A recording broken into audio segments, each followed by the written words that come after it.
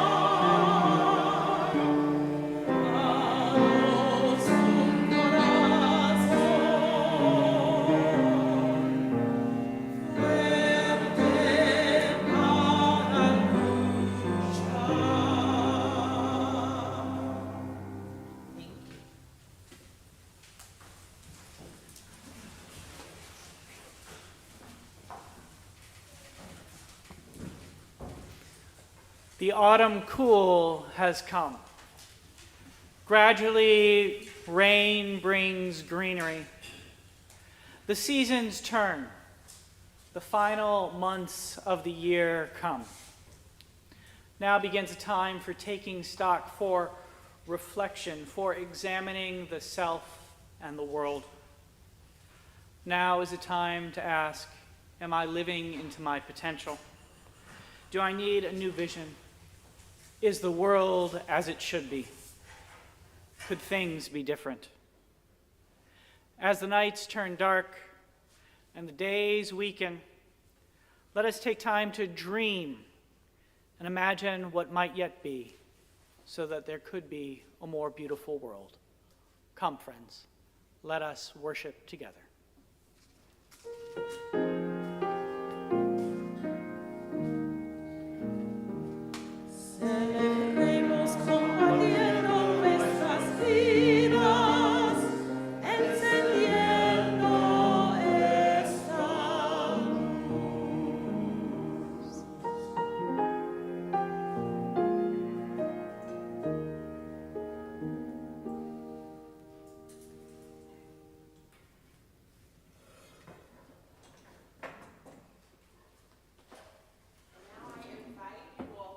With us as we have the congregational covenant. We're also going to do the hand signs.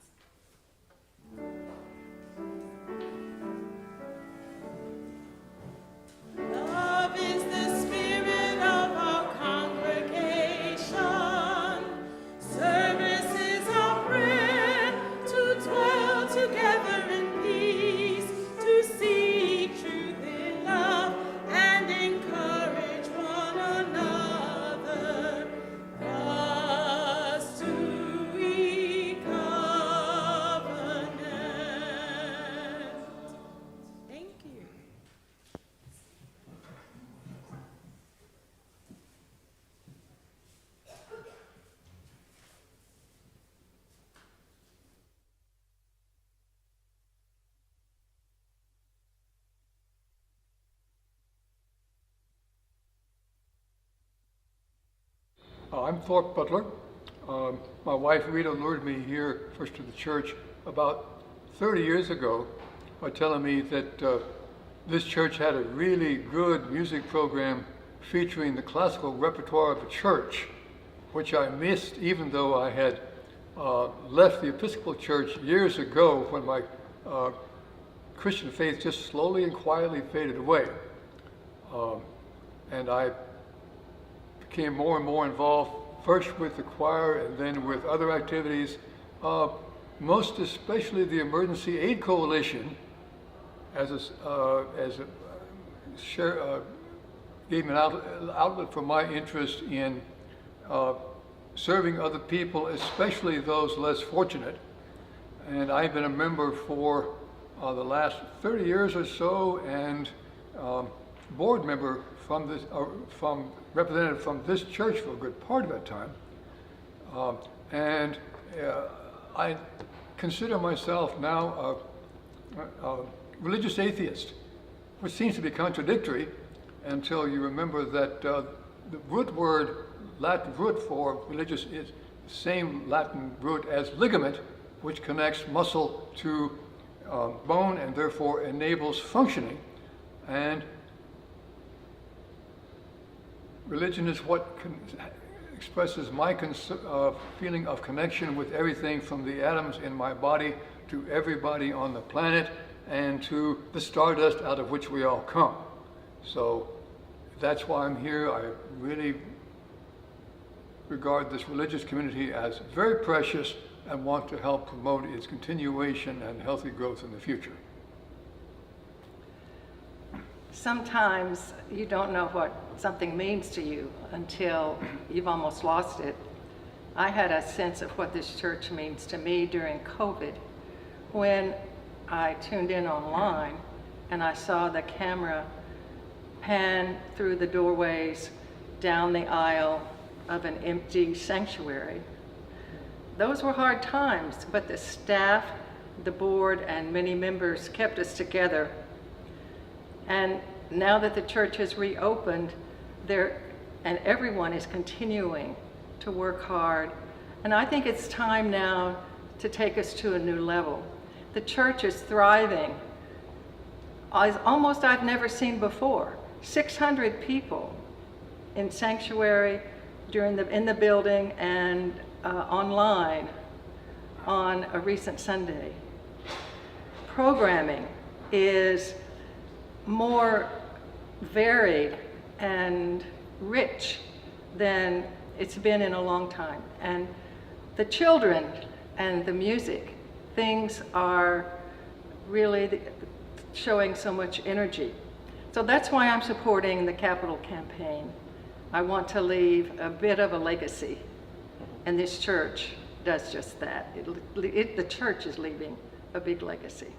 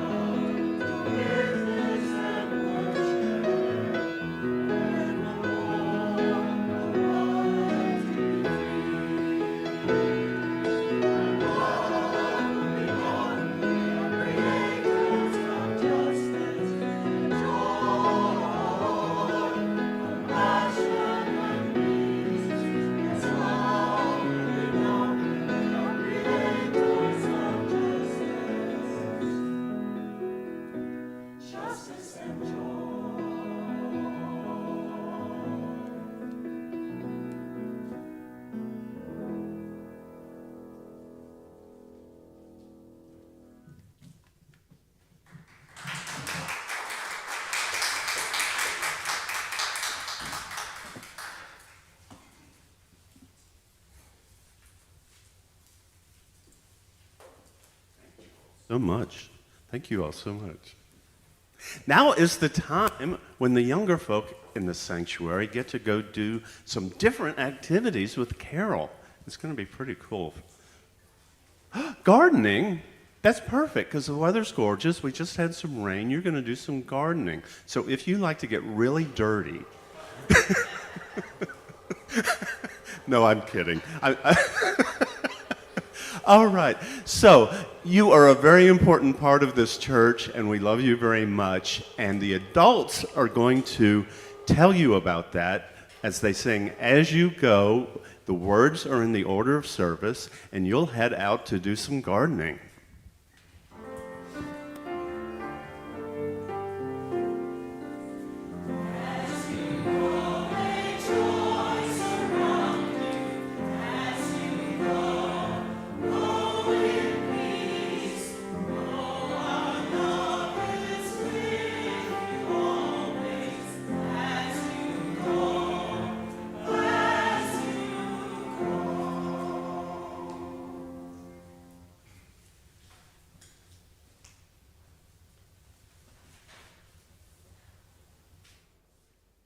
This is the time during the service when we pause for contemplation.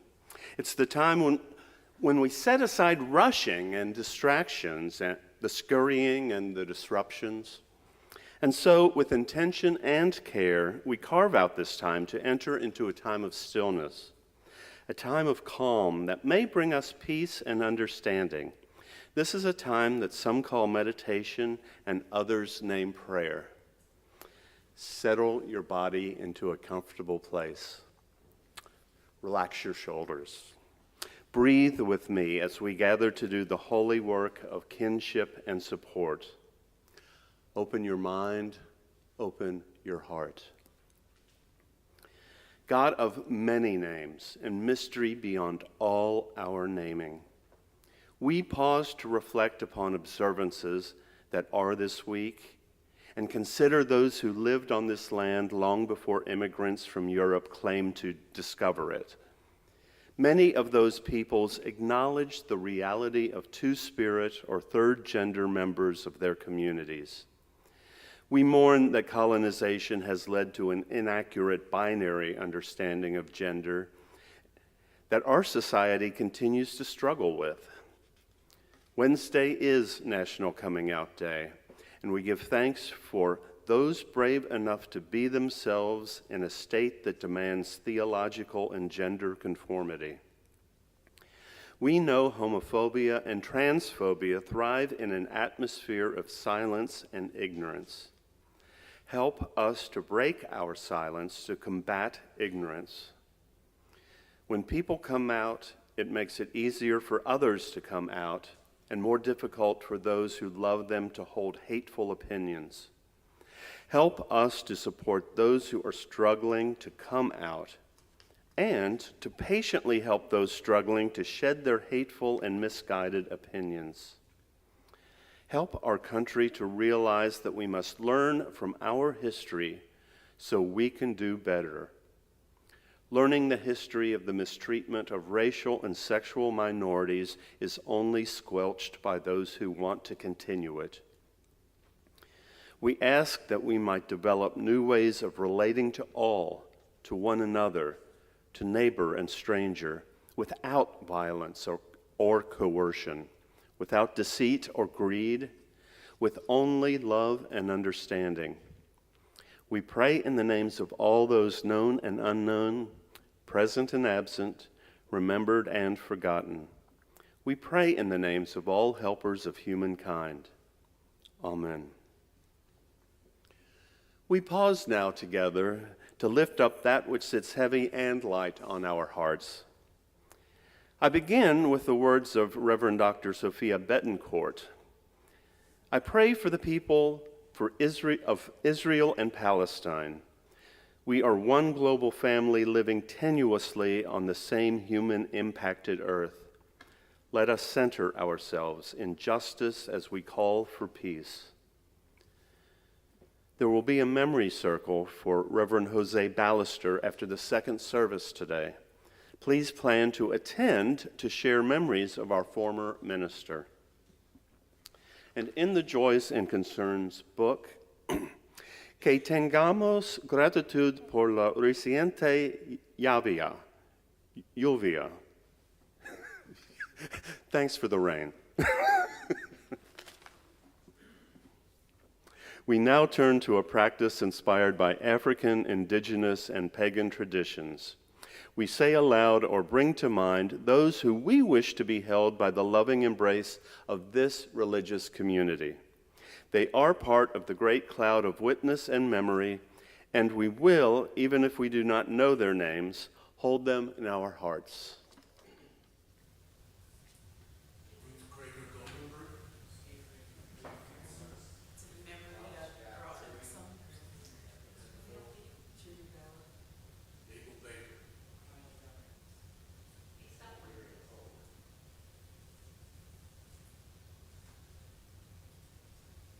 In this great cloud of witness and memory, amid this beloved community, we hear these names and hold them in our hearts.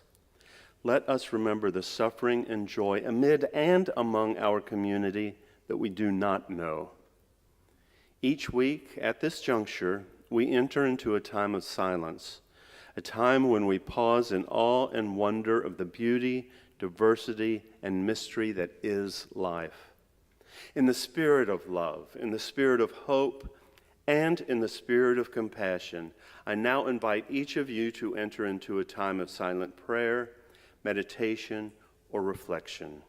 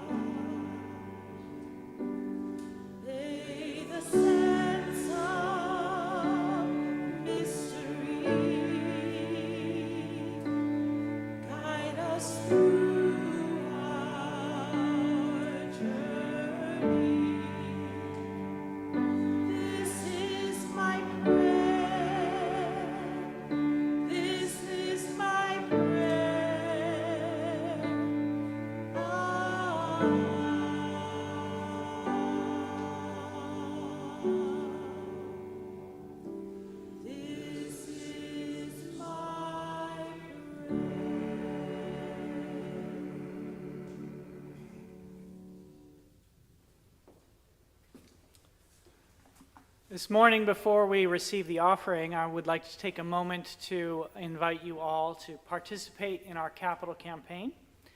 And we're 1 week into it, and I'm very pleased to announce this morning that we've had 33 households participate and have raised $1.1 million in pledges towards our goal.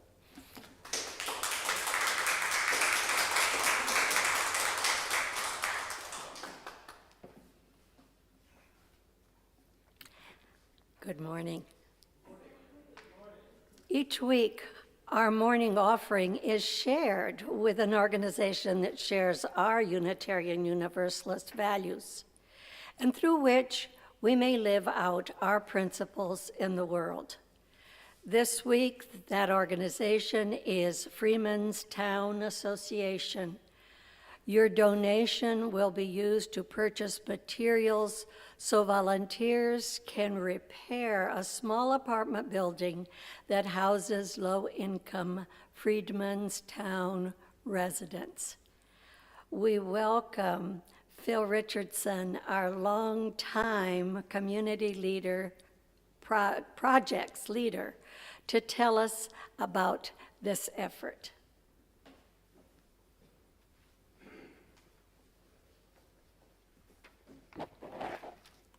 Thank you, Natalie. First, I want to thank you all for generously giving several months ago in the shared offering for Freeman's Town Association. These monies were spent for exterior housing, and also they were spent to do some work inside the house. What we did also is we replaced one of the windows in the house. And so now the first house we're working on is weatherproof. Our work's not completed yet. Today, additional funding is required to purchase more materials to continue this effort. During the summer, our volunteers already replaced over 100 exterior siding boards and the window, but more siding must be purchased and replaced. In addition, wear and tear of the inside of the house has been extensive, not only through use, but also due to the weather before the roof was repaired. And so we must replace the drywall for 2 rooms, the hallway, and the stairwell. And so there's quite a bit of drywall replacement that's needed. The second floor deck and fire escape also require extensive repairs. And when all that's done, we're going to give the house a fresh coat of paint. And so it's going to look brand new when we get done. Typically, the projects we take on are only for the exterior of a building. This project is different. We are doing extensive work inside to make these apartments more livable for the tenants. Thus, we request that you give today to purchase materials that are required for our volunteer work team to continue our effort. Please give generously to the offering so we can finish this rebuilding project and so the low-income tenants can move back into these apartments. In addition, our work team will be working on October 14th and 21st. This is going to be a different group. It's going to be our traditional Rebuilding Together Houston team.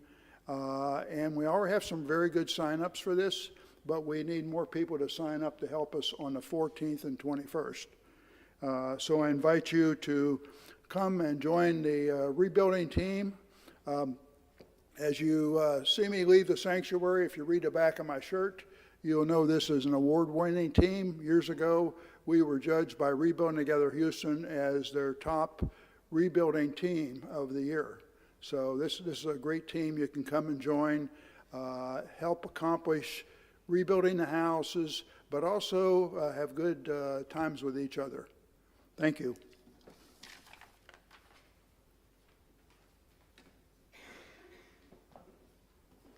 Thank you, Phil. Those in our sanctuary will find the instructions for text giving in the order of service next to the name of the shared offering recipient. And those watching the live stream will see the instructions on your screen. Our regular Sunday morning offering collection invites us to weave a tapestry of love and action. We ask you to give generously. An offering will now be gratefully received.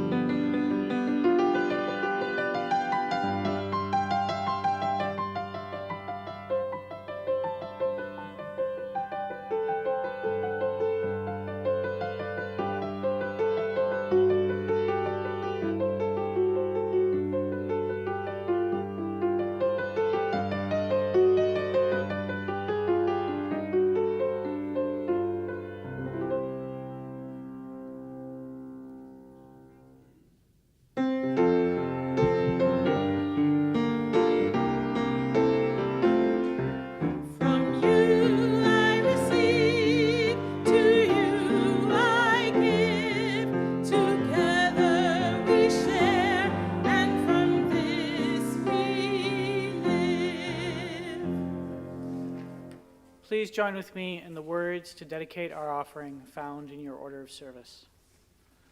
To the work of this church, which is weaving a tapestry of love and action, we dedicate our lives, and these our offerings.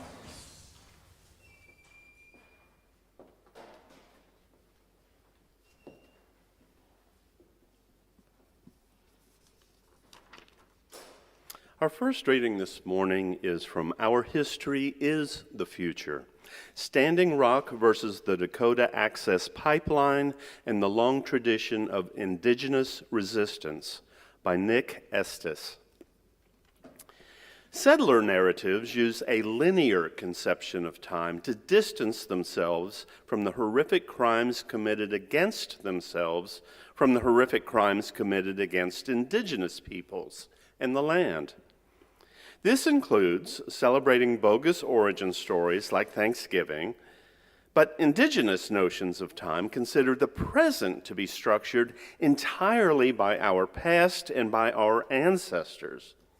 There's no separation between past and present, meaning that an alternative future is also determined by our understanding of our past. Our history is our future. Here ends the first reading.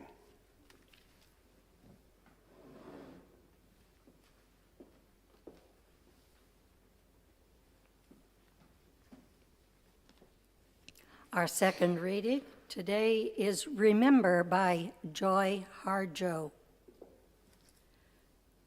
Remember the sky you were born under. Know each of the stars' stories. Remember the moon, know who she is. Remember the sun's birth at dawn, that is the strongest point in time. Remember sundown and the giving away of the night. Remember your birth, how your mother struggled to give you form and breath. You are evidence of her lives, and her life and her mother's and hers. Remember your father. He is your life also. Remember the earth, whose skin you are, red earth, black earth, yellow earth, white earth, brown earth. We are earth. Remember the plants, the trees, animals, animal life who all have their tribes, their families, their histories too. Talk to them. Listen to them. They are alive poems. Remember the wind. Remember her voice. She knows the origin of this universe. Remember, you are all people, and all people are you. Remember, you are this universe, and this universe is you. Remember, all is in motion, is growing, is you. Remember, language comes from this. Remember, the dance language is that life is. Remember. Here ends the second reading.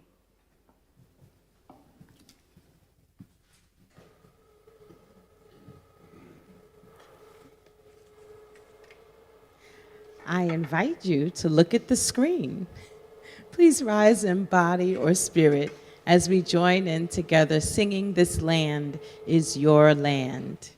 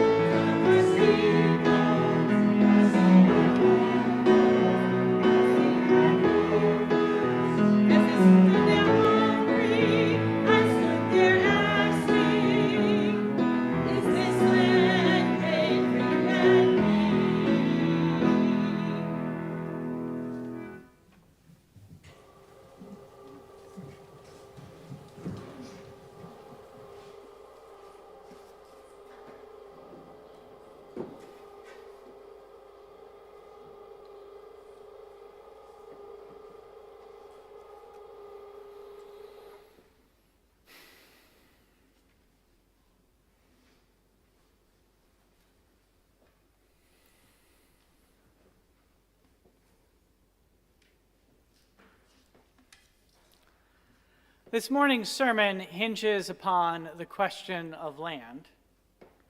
Who does it belong to? How shall we understand our relationship to it? What does it mean to claim, as Woody Guthrie does, that this land was made for you and me? I offer it on the Sunday before Indigenous Peoples Day as news comes about an ongoing conflict over land in another part of the world. The events of the weekend are already being called Israel's 9/11. What has happened in the last 48 hours represent the country's greatest intelligence failure since the Yom Kippur War some 50 years ago. In this country and throughout much of the English-speaking media, the voices most likely to be heard about this matter will be Israelis and those of their allies. This morning, both the New York Times and the Washington Post centered statements from Prime Minister Benjamin Netanyahu. As I speak, Israel is in the midst of launching a massive counterattack. But over the next few days, I suspect that the number of voices from Palestinians or dissenting Jews concerning Israeli violence that we hear in the publications that I just named or in other mainstream media outlets will be somewhat scant. So let me offer you 3 such dissenting voices, all from respected academics who I follow on that platform that used to be known as Twitter. The first words I share come from the national security expert and former Middle East Pentagon advisor, Jasmine El-Gamal. She writes, "What is happening in Israel is not okay.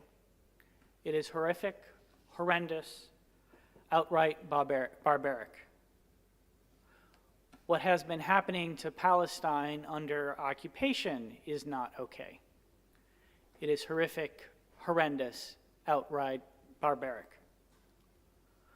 The way to write this starts with believing both of those statements to be true.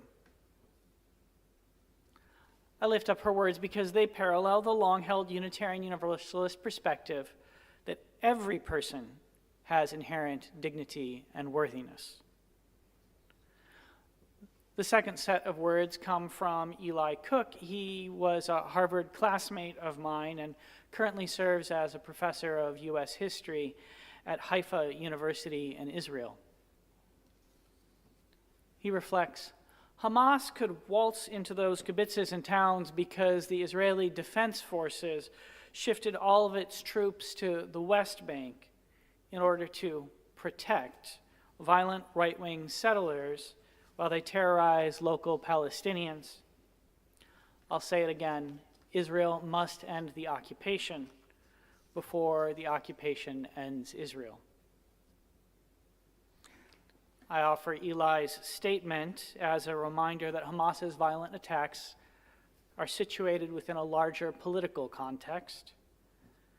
They did not come out of nowhere. They came at a time when the Arab world has decided to make some kind of peace with Israel. In recent months, Saudi Arabia has been seeking to normalize relations, and in 2021, the United Arab Emirates became the 3rd Arab country to normalize relations with Israel. Of greater significance is the rise of Israel's current government. It is the most right-wing and anti-Palestinian in the country's history. Netanyahu's Minister of National Security, to pick one example, Itamar Ben-Gvir, is an advocate of expanding settlements into Palestine. He lives on an illegal settlement himself, is affiliated with a group that was only removed from the United States' list of terrorist organizations in 2022, and has used hate speech to incite violence. In 1995, he was involved in organizing a rally to oppose peace with Palestinians, during which the protesters screamed, "Death to Rabin." Yitzhak Rabin, you might remember, was the Israeli prime minister who signed the Oslo Accords, which granted the Palestinians limited right to self-governance and was seen as establishing the pathway to a 2-state solution. A month after the rally, Rabin was assassinated, and today Ben-Gvir continues to call for stripping the rights away from Arab Israeli citizens. Finally, I put forward a sentence from Shireen Sakleh. She's a professor of history at the University of California in Santa Barbara. She studies 19th and 20th century Israel, Palestine, and Egypt. Her name might be familiar to some of you. She was a guest on our ministers' forum back in 2021. She succinctly observes, decolonization is not a metaphor. Decolonization is not a metaphor. Prior to Hamas's attack on Israel and the Israeli response, the heart of my sermon was meant to focus on a theological concept called the doctrine of discovery. Have you heard of it? In 2012, the General Assembly of the Unitarian Universalist Association passed a responsive resolution repudiating it. It was viewed at the time as a path-breaking moment of theology. The resolution came at the request of organizations that our association had been working with as we opposed Arizona's anti-immigrant laws. When we began to work with them back in 2010, we learned something surprising. They viewed Arizona's laws as part of a continual process of colonialism that stretched back to Christopher Columbus. Columbus's discovery of land prompted European political and religious leaders to apply to this hemisphere something that is now referred to as the Christian doctrine of discovery. This is the belief that the territories of the Western Hemisphere that were without Christians prior to 1492, which is of course to say all of them, were free for the taking upon discovery. With this doctrine in mind, the coalition of indigenous and migrant rights activists that our association was working with a decade ago called upon us to enter into a new understanding. They wanted us to grasp that the issues at stake in immigration law are as much theological as they are political, as much religious as they are secular. In the United States, the history of the Christian doctrine of discovery can be traced to a series of Catholic papal bulls and treaties between Spain and Portugal. These documents created a theological and legal framework that justified the division of indigenous lands between first Spain and Portugal and then other European colonial powers. What is especially upsetting about this doctrine of discovery, this theological framework, is that to create it to facilitate the expropriation of indigenous lands is that it continues to form the basis of much of U.S. property law today. This year marks the 200th anniversary of the Supreme Court decision Johnson v. McIntosh. The ruling in the case revolved around the transfer of title to land. It determined that in this country, indigenous nations could not transfer land to individual property owners.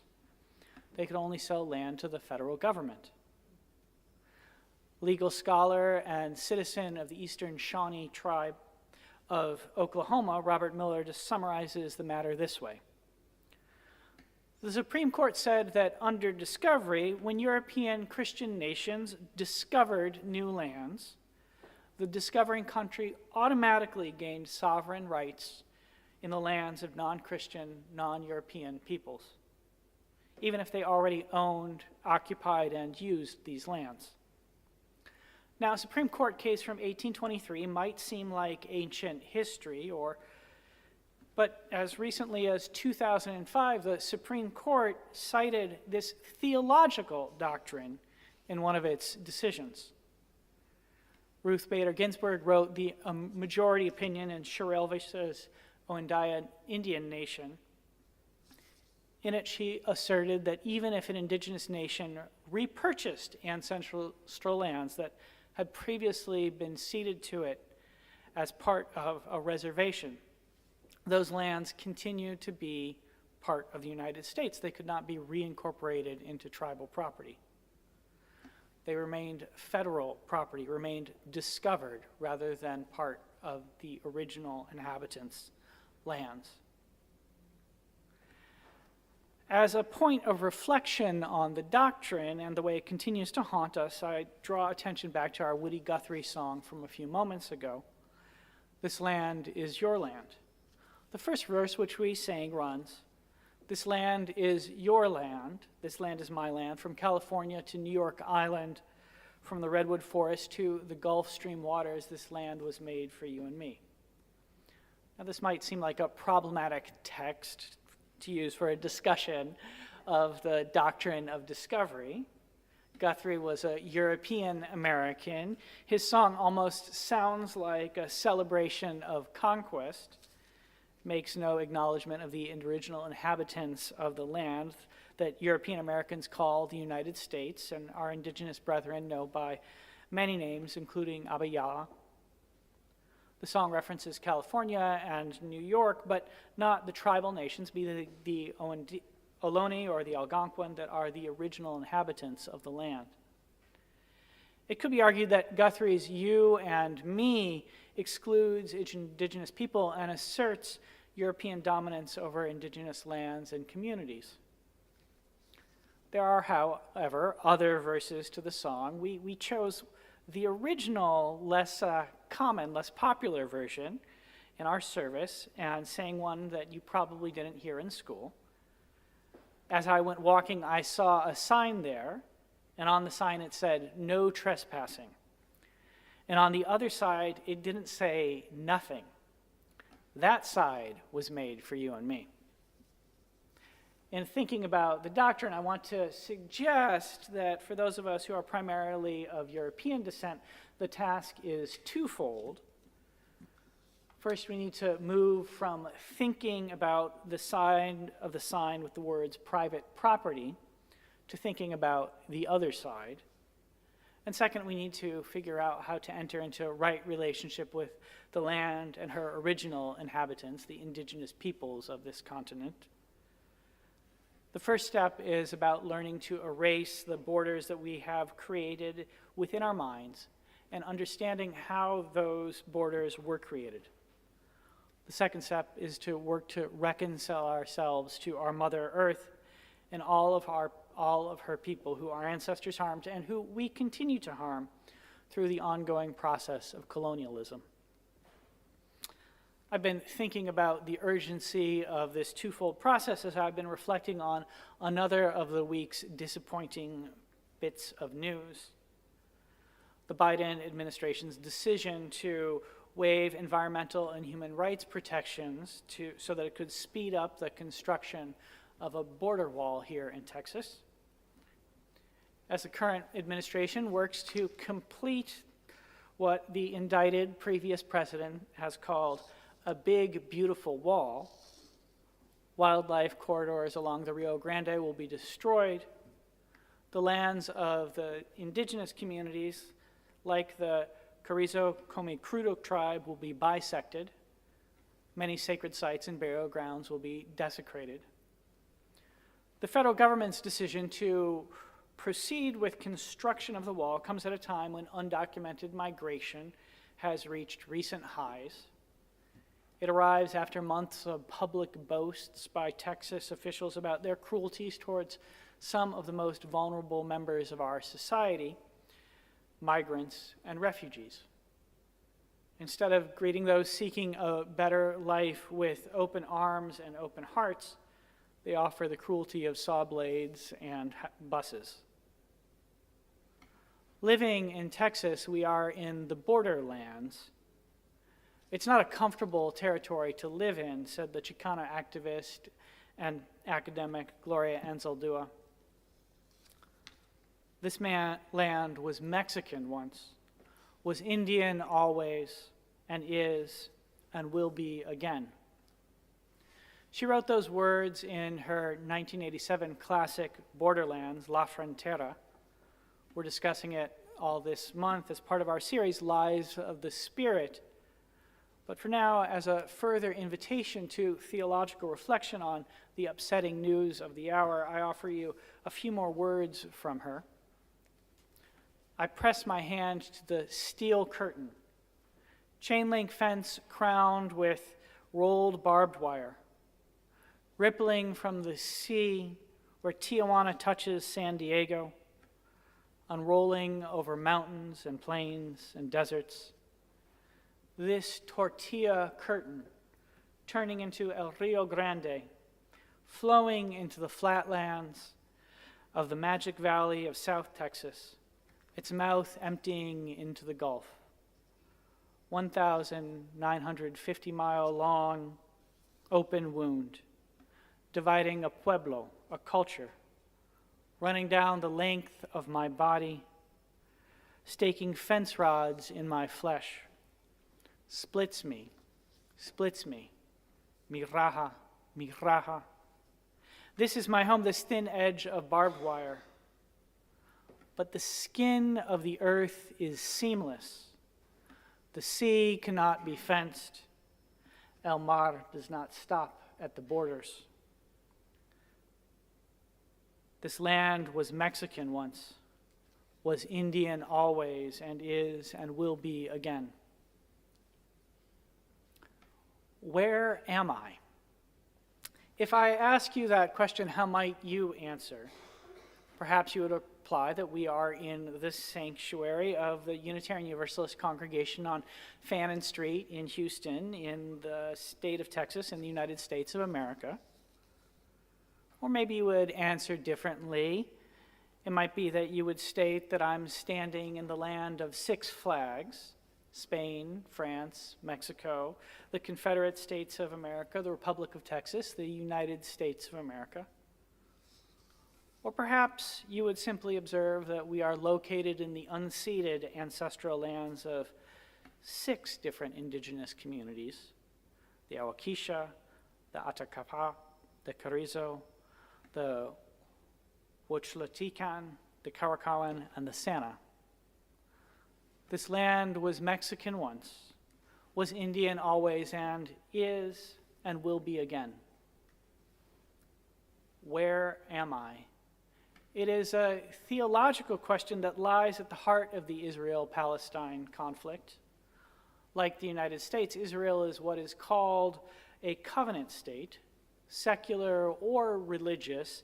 Its foundational myth lies upon the belief encoded in the Hebrew Bible that God formed a covenant with the ancient Israelites, which included the promise that they would win the land from alien and evil forces. Now, don't take those words as questioning Israel's right to exist. My probing of the doctrine of discovery causes me to question the way in which we humans construct borders rather than challenge just one specific state. It's one reason why I cited El Gamal earlier. What is happening in Israel is not okay. What has been happening to Palestine under occupation is not okay. The way to write this starts with believing both of those statements to be true. Remember the earth whose skin you are: red earth, black earth, yellow earth, white earth, brown earth. We are earth. Challenging the doctrine of discovery, seeking to engage in decolonization, to transform the ongoing colonialist mindset so prevalent in Texas, is not something we should engage in out of pity for the oppressed and marginalized of the world. Instead, we should engage with an understanding that all of us, whatever our ethnicity or race, are victims of this mindset. The borders that the United States government and our European ancestors inflicted upon the earth afflict all of us. Now, for me, this manifests partially in the way that I have repeatedly had the unfortunate experience of being detained as I cross over the U.S. border or fly back into the country. You ever had that experience? Now, I want to say that my passport has always been in order, and I've never traveled in possession of illegal substances, but more than once, actually many times, I've been detained coming back into the country. And it's not a pleasant experience. The entire process is designed to dehumanize, even if you are a United States citizen and have what one of my friends likes to refer to as the complexion connection. I find that from the time the experience begins until it ends, I'm treated more like a thing being processed than a human being. The border agents don't smile. They don't make any casual conversation. They don't even use my name. It's always something like, you take everything out of your pockets and go through that door, or just complete silence. Now, my detentions have always ended relatively quickly. A brief interrogation, a search of my belongings, maybe a very aggressive pat down, and then I'm sent on my way. Such experiences are mild, not worth mentioning really, in comparison to the horrors that the state of Texas or the United States government inflicts upon undocumented migrants. I've never been deported or even detained overnight. I've never been directly threatened with violence. I say directly because the threat of violence is always there. There's always the possibility of being beaten or shot for failure to comply. The entire system of border creation and enforcement is predicated upon violence. If we do not go along with the system, it does not matter who we are, we all suffer from its violence. Interrogating the doctrine of discovery can help us to understand our complicated relationship in the system of borders. Most of us comply with the system for a mixture of reasons. We benefit from it in some way, we cannot imagine another possibility, or we are afraid of the violence that we might suffer from it. One of the roles of Unitarian Universalist communities is to call us as individuals and as stewards of institutions to imagine another way. The great Unitarian Universalist theologian James Luther Adams envisioned our religious communities' actions this way. The vocation of the church and the minister, he wrote, is to reveal the hidden, to point to the hidden realities of human suffering, and also to point the hidden realities that offer release and surcease. The doctrine of discovery is one of those hidden realities of human suffering that needs to be revealed. It's not something that's mentioned in most school books. I certainly did not learn about it in elementary school or high school or even in my undergraduate studies. It's little mentioned in the mass media. But despite that, it remains ever present in U.S. case law, a theological interpolation into a supposedly secular society. But more importantly, it shapes the way most European Americans think about our relationship to the land and to each other. Many of the people who the United States government seeks to keep from crossing the borders are inhabitants, are descendants of the original inhabitants of the land. To just take the state of Texas, this is part of what used to be the Aztecan lingual region, which stretched all the way from Oregon to Honduras. And for thousands of years, people from this linguistic group moved freely throughout the region.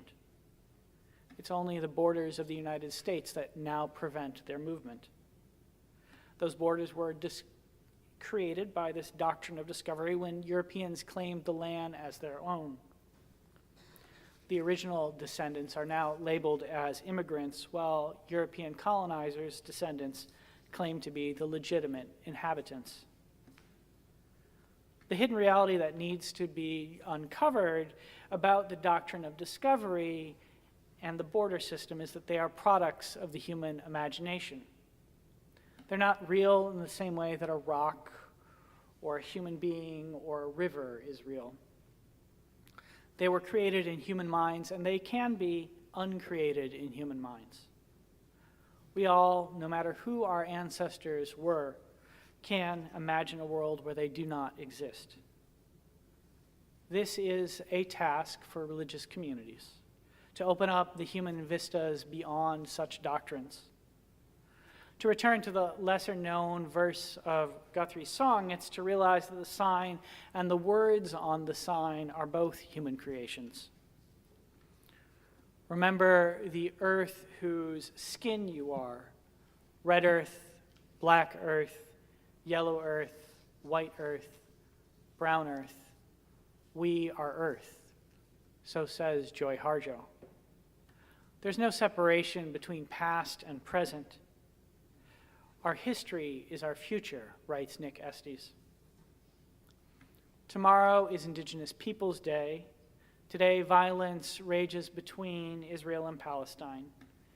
Immigration, ongoing colonialism, conflicts in the Middle East, these are not separate issues. They're each connected to the belief in those objects created by the human imagination, borders. To see peace, to transform the politics of cruelty into politics of compassion, to welcome the migrant with loving hearts and embracing arms requires a different imagining. We are called to work to rid our minds of the imprint of this Christian doctrine of discovery. In doing so, we may begin to think of people as not as immigrants or citizens of this country or that one, but understand that we are all human beings journeying through the same lands together. The land will not then be your land or my land. Instead, we will understand that we are not the owners of the land, but its children. All of us, no matter what our ancestry is, draw sustenance from the same earth, are blessed by the same sun, are nurtured by the same air, and sustained by the same water. And that truth is more powerful than any border or doctrine. It is what unites us all, whether we will it or not. Again, Gloria Anzal Dua. But the skin of the earth is seamless. The sea cannot be fenced. El Mar does not stop at borders. Again, Joy Harjo. Remember, you are all people, and all people are you. Remember, you are this universe, and this universe is you.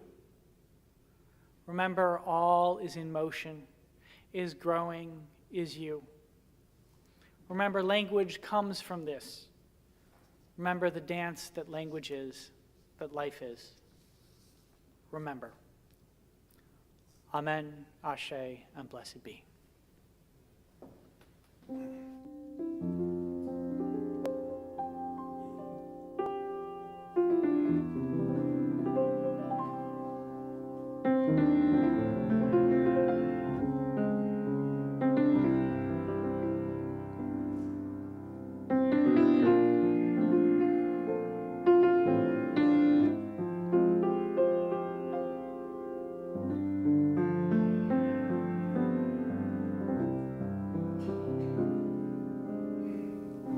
And now I invite you to open your hymnals to number 318, We Would Be One. Please rise in body or spirit as we sing together.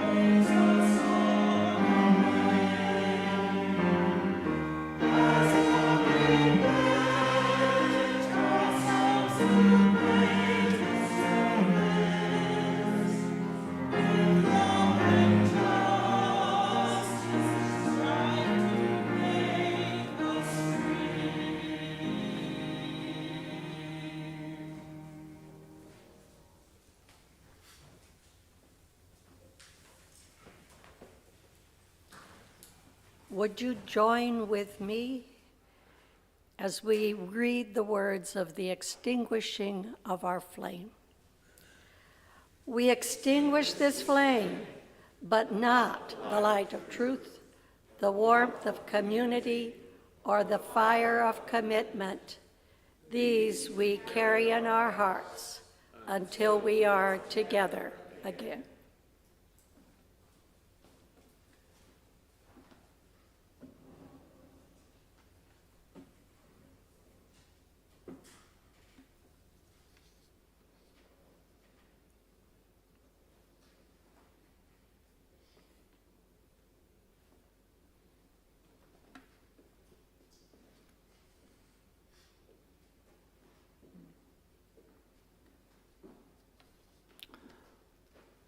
we would be one. Remember, you are all people. Remember, we are all related. Remember, we are all called, each of us, to imagine a better way and bring more beauty into the world. May we each do so, and in doing so, find something of the spirit that resides within each of us, moves amongst all of us, and unites one to the other. Go in peace, go in love. May our lives be a blessing. Amen.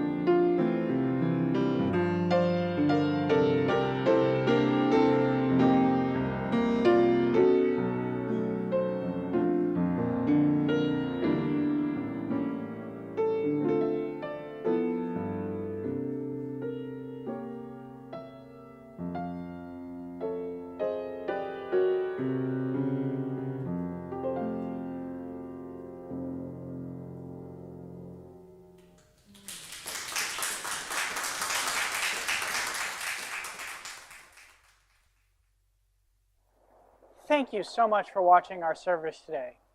We're glad you're part of our online community, where we welcome people who are diverse in faith, ethnicity, history, as well as gender identity and sexual orientation. There are many different ways you can get involved in our community. One you can do right now is by clicking like below or subscribing to our channel. If you're interested in joining our congregation, please email us at membership@firstuuhouston.org. Thanks so much for joining us.